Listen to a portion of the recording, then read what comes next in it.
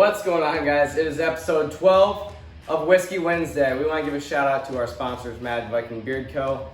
As you can tell, I got rid of my beard for the time being. Nicole and I's anniversary, she's not a huge fan of it, so had to get rid of it for now. I'm still repping though. He's still repping till the show. You're gonna take it off right before the show, right? Just for the weekend.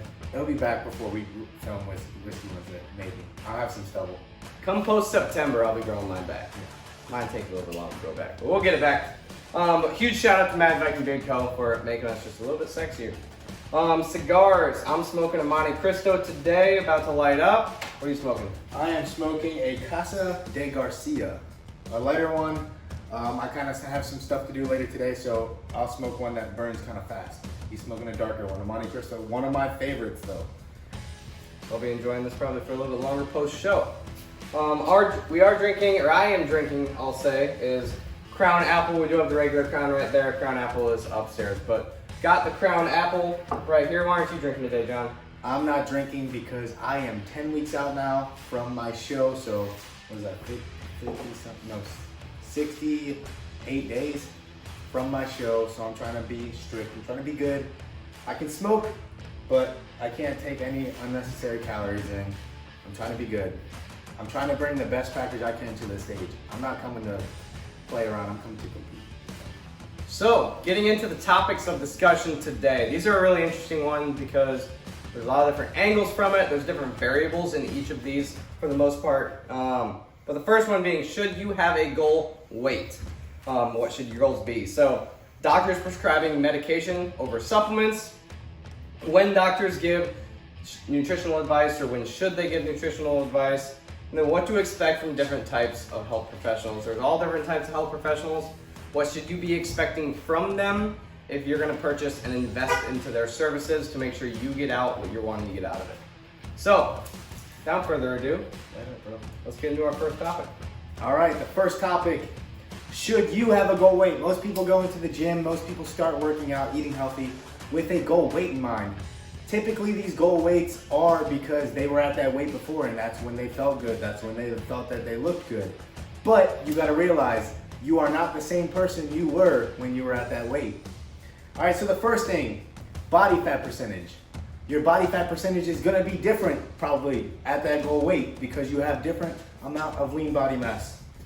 All right, second thing, how you feel. This is one of the big things that I use for my clients to track progress. How do you feel? How do you feel about how you look? So, big things. How you look, how you feel about how you look, and then how you feel overall. So we want you to feel good, we want you to look good, and looking good, and make yourself thinking that you look good is making you feel better. So you're happier and healthier. And then, so you're gonna have more muscle, and then your goals are gonna change over the process of you getting healthier. So let's say you start in the gym, in a month, you lost 5 pounds, but now you realize, I wanna get stronger, I wanna put on muscle. So you're gonna adjust that goal. You're not gonna have that same goal weight. You're gonna wanna build strength, you're gonna wanna build size. Your goals are gonna change during your time in the gym. You're not gonna have that same goal that you came in day one starting. Because last time I was on stage, I was 170 pounds. I weighed in at 202 today. So 30 pounds up and I'm 10 weeks out. So Quite a bit different. Quite a bit, yeah. So realizing that I'm not gonna be that 170 on stage again, which is a good thing, because I put on a lot of lean body mass since then with a lot of hard work. We do see a lot more of this issue being with women. Yes. Men tend to not have as much of a problem gaining weight mentally. I don't think men care about the scale much at all. They want the strength, they want the look. Women want the look too. They associate a look with the weight. And a lot of times the look and the weight don't correspond anymore. With that muscle maturity, that muscle density, that's gonna be different. Just because you're building up strength, building muscle, doesn't mean the size is necessarily gonna be there, but the muscle density might, and that's what's important, is you're probably gonna weigh a lot more and have that, hourglass physique that you want as a female. If you're weighing more and have a little bit more of the muscle size and the sculpting in the areas that you want, that's gonna come down to your nutrition too, but a lot of times you're gonna like the way you look 5 to 10 pounds or more than what you want to be at. Okay, so why do a lot of trainers use weight though to track progress? So trainers want to use weight because that's your early precursor to what's going to happen. So if you're going down in weight, now also if you have someone who's obese, morbidly obese, things like that, You know, of course we want to come down in weight, because if we're coming down in weight, that's just a good health sign, health marker. However, as we're coming down in weight, like if John's watching his weight on a daily basis and it's going down, if his nutrition's on point, he's following some of that and actually doing what his coach is telling him to do. As his weight comes down, that probably means his body fat comes down. Now, your weight scale is probably pretty accurate. There are scales that are more accurate than others, but the body fat scanner on it isn't. And most people don't have access to a quality body fat scanner. So that's why a lot of coaches use progress pictures for check-ins so they can see the physique coming out. And then they're also going to see if the weight's going up and down along with measurements as well. So I know at Crunch we use measurements, we use weight and body fat percentage. One other thing, they kind of like seeing if they have a weight loss goal, they kind of like seeing the weight coming down and finally being back into the 200s, the 100s, whatever it may be. But it's kind of like our early indication of a precursor to you actually losing body fat, making sure that we're doing our jobs properly for you. But we don't want to be stuck on that specific weight goal. What I like to do is set those short-term goals, like 5 pounds at a time, 10 pounds at a time. And once we hit that goal, reassess our goals, see where we're at, how we look, how we feel about how we look, like I was talking about, and then reassess, see where we want to go from there. Absolutely. So, doctors prescribing medication instead of supplements. We're not just going to bash doctors, we're going to support doctors here too. They do a great job. But it does open, you see in the supplement industry, a lot of MLMs, a lot of things where people are like, use this skinny tea, it's going to help you lose weight. Always shit talking skinny teas. Well, yeah. I love it.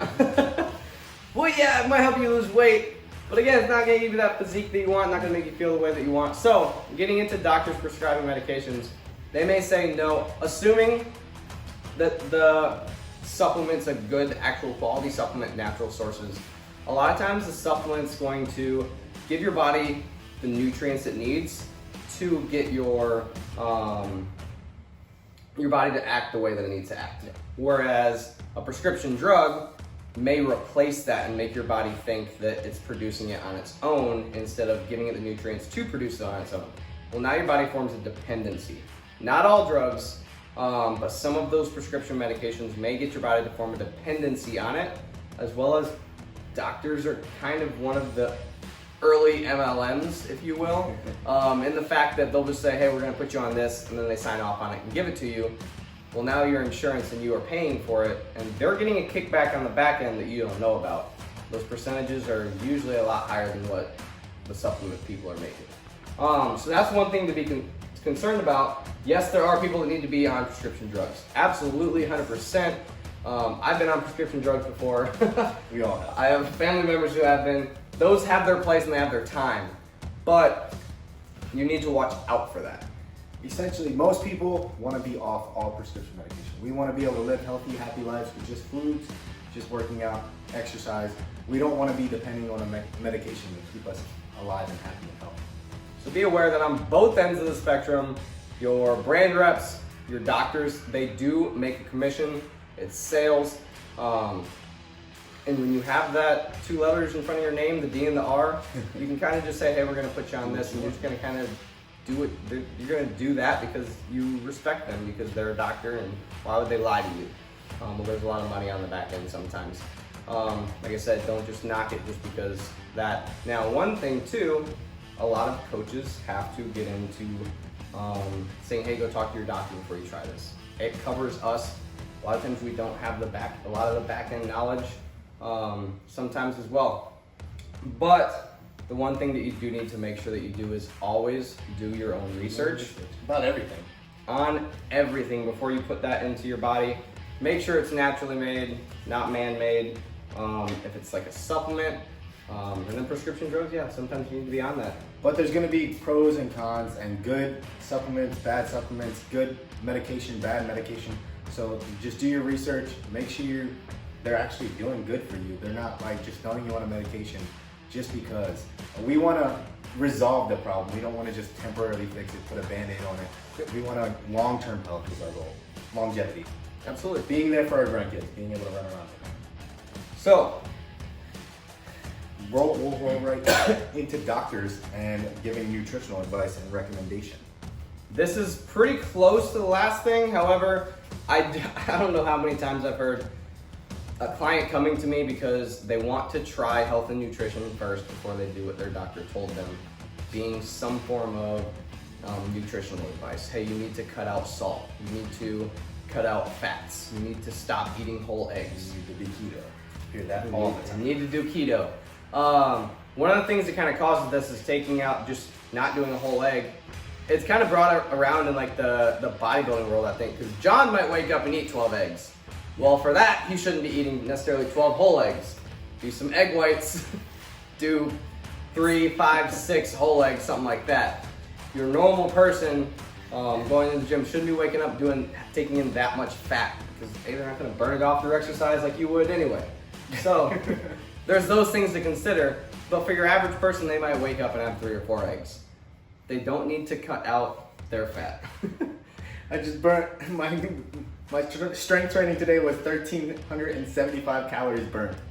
So yeah, most people won't burn the same amount, but I'm a little crazy. I like to spend time. That's my me time at the gym.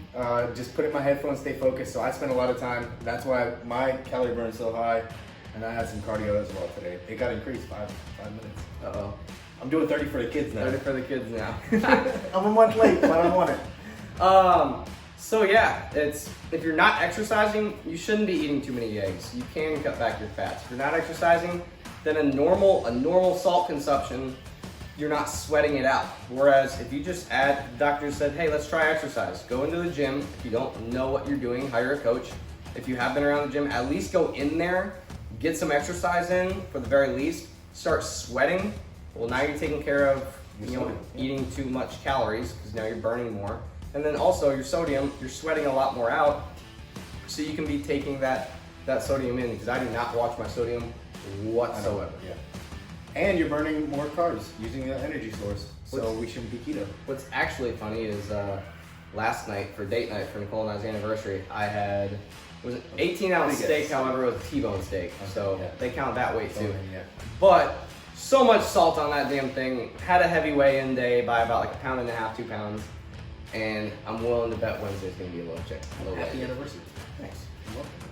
1 year together with me and Nicole. So, on this one, do your research too. Doctors aren't as hands-on as trainers. So as a lot of doctors are doing the best that they can, but when you tell them you're eating healthy, well, having cereal for breakfast and then a banana for a snack, and then lunch you're having a salad with very little protein, then an apple for a snack, and then dinner finally you have 6 ounces of chicken. That's not a healthy lifestyle. It's healthy food, but we're not getting near enough protein that we should be getting to support muscle building. When was the last time you saw a doctor? Yeah, when was the last time I saw a doctor?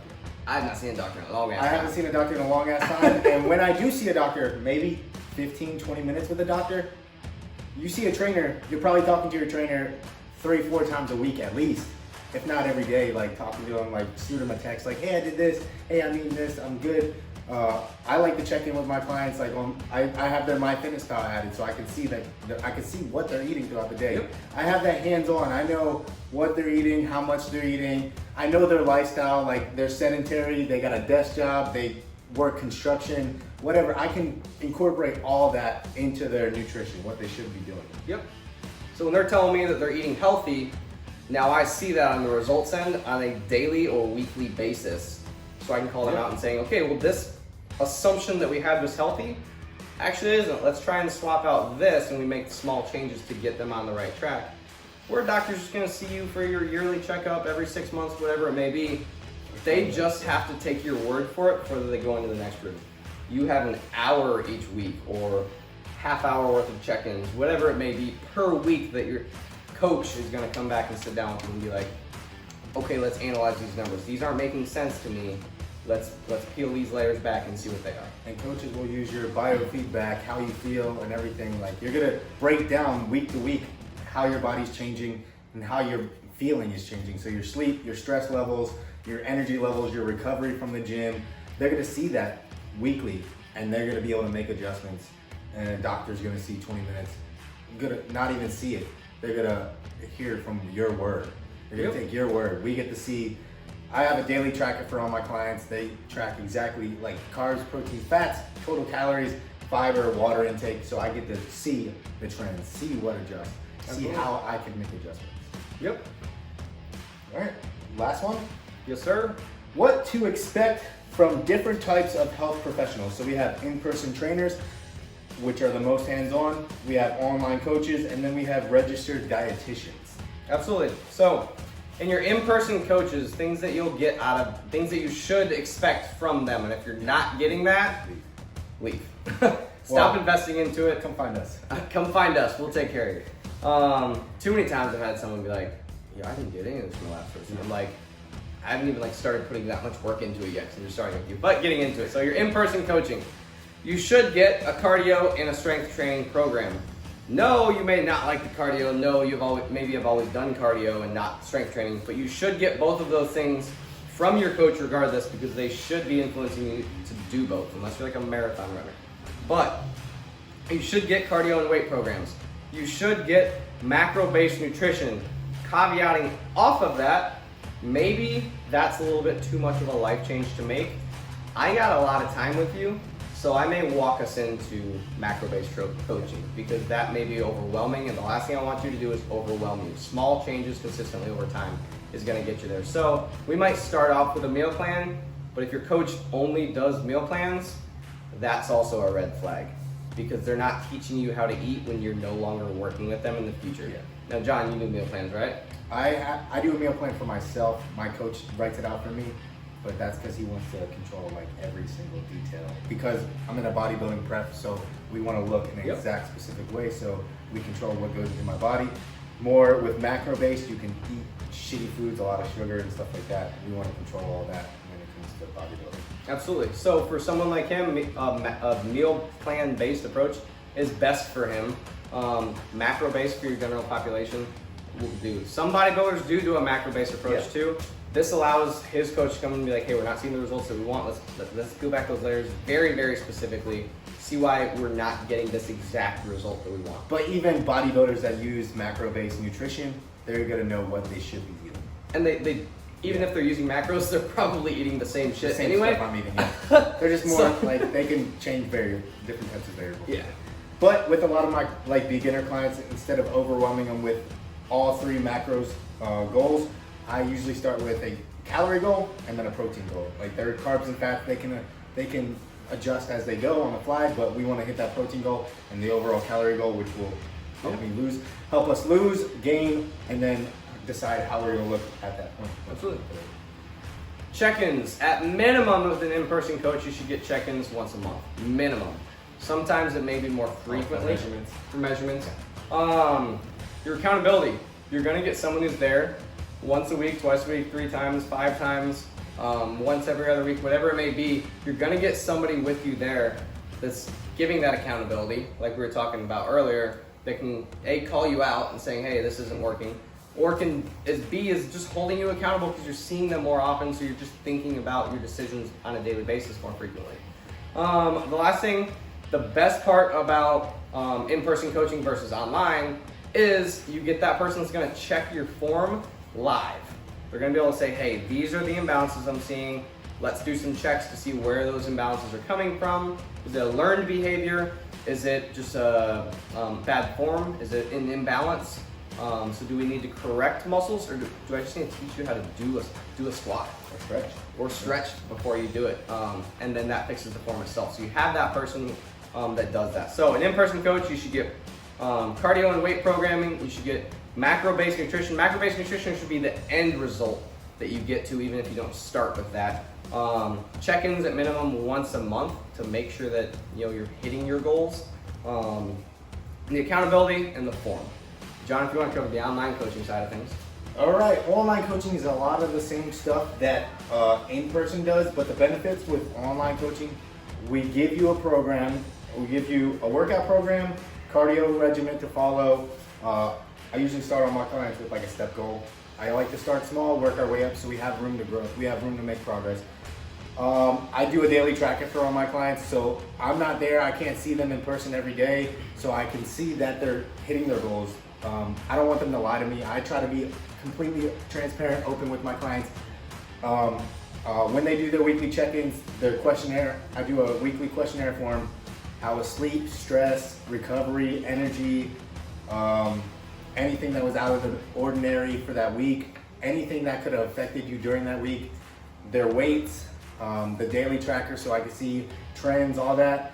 They're gonna send me all that once a week so then I can make adjustments based on their biofeedback, their weights, their strength, stuff like that, and their goals. So people's goals can change over time. So month to month, they want to change their goals, we're gonna do that.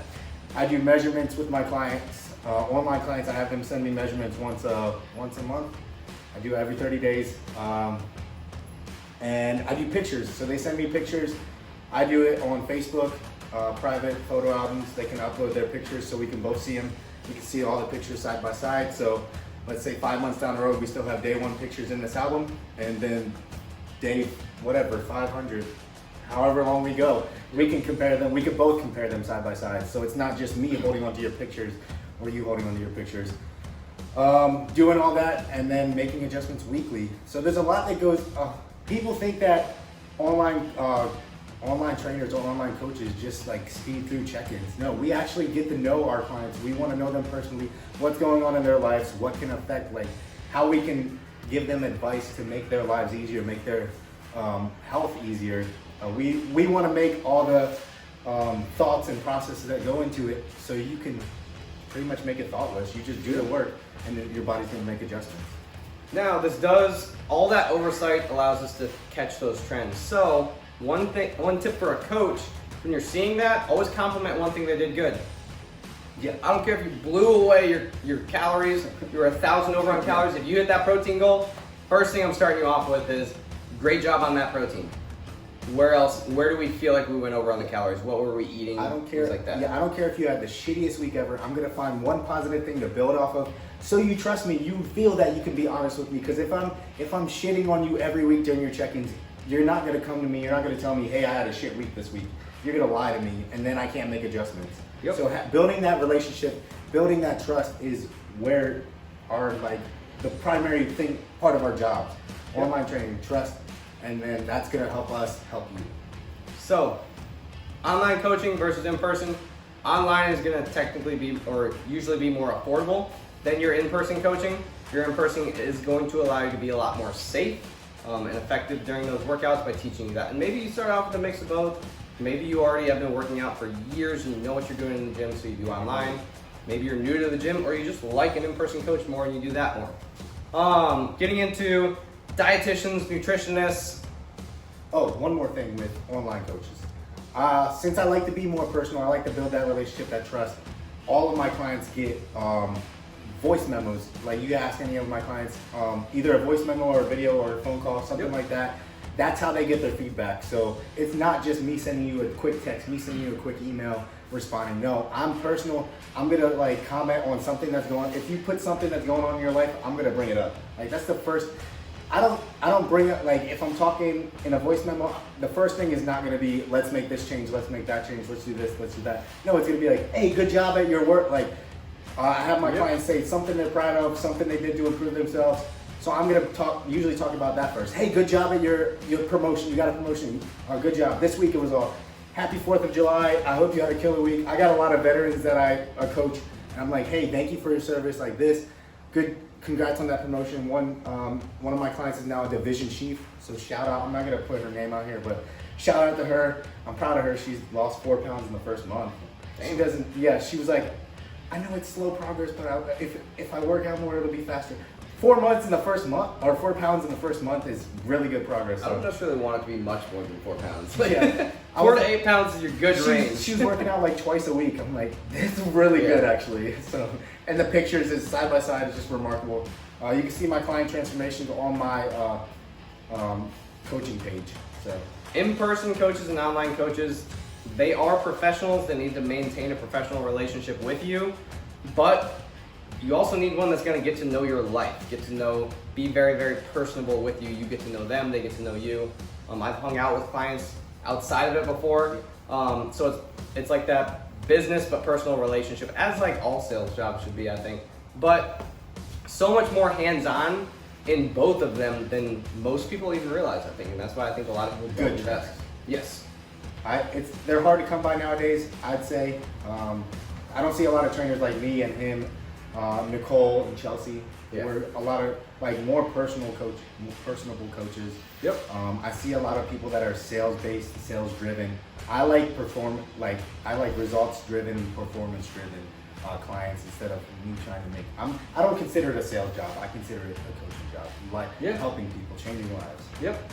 But those things are things that you should look for at minimum in your coaching, in the coaches that you're going to invest into. If they're not writing you plans, you're only showing up for the gym workout, and then you don't know what to do the rest of the workouts. They're saying, hey, do a push-pull legs, and they only give you the workouts that day you're with them. Get a coach that's going to manage everything for you, help you overcome those things. Those are your coaches that are going to be the most effective. Dietitians. You also have like dietitians and nutritionists. Nutritionists, a lot of people claim to be nutritionists. You can get a certification online. Yeah. A quick certification to make a nutritionist. But dietitians, it's a degree. Yes. You have to get a degree in that. They're also going to overcome those. You have type 2 diabetes. How do we get rid of that? How do we manage our insulin to make sure that we're getting the right kind of carbs? Get rid of type 2 diabetes. Type 1 diabetes, how do we manage that? If you have underlying heart conditions, how can you manage all that so that hopefully if you're on medication, you can get off medication and take that part back where you're not having to rely on pills, things like that. But those people are basically just on the nutrition side of things.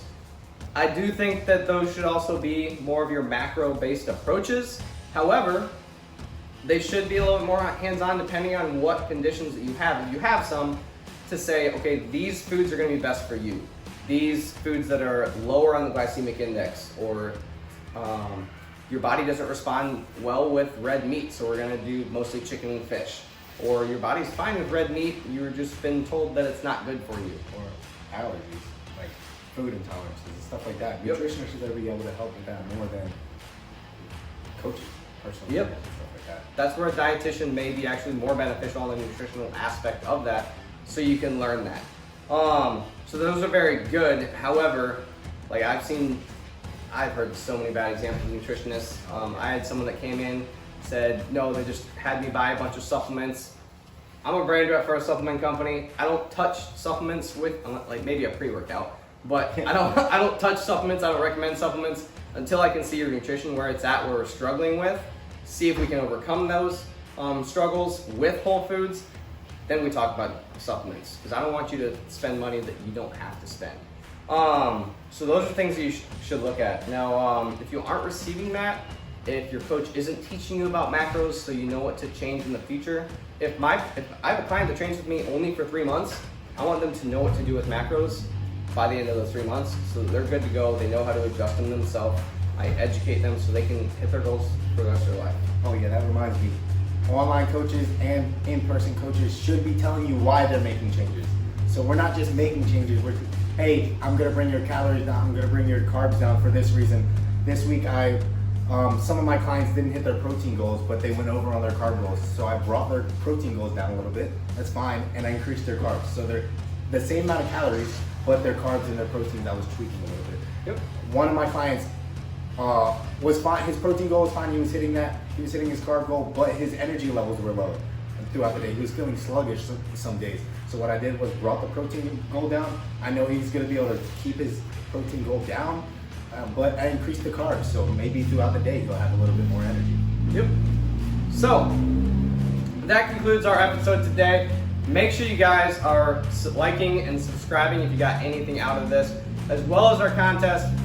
If you guys do share this, screenshot the episode, share it on the social media. Make sure you tag @officialjdfit. Yes. Yeah, @officialjdfit. I don't know why I lost the last bit of that. @officialjdfit and @jakeblock_fitness, just like the title of this YouTube channel. That's the same thing on Instagram. Make sure you tag us so we know. We'll choose one lucky winner that will receive a phone call with one of us to get further education on whatever you want. And if you're interested in coaching in person, come see us at Crunch Tampa Palms.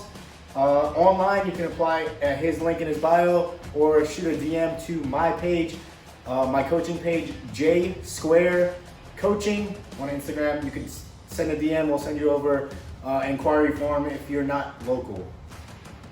Been a blast, guys. See you next week.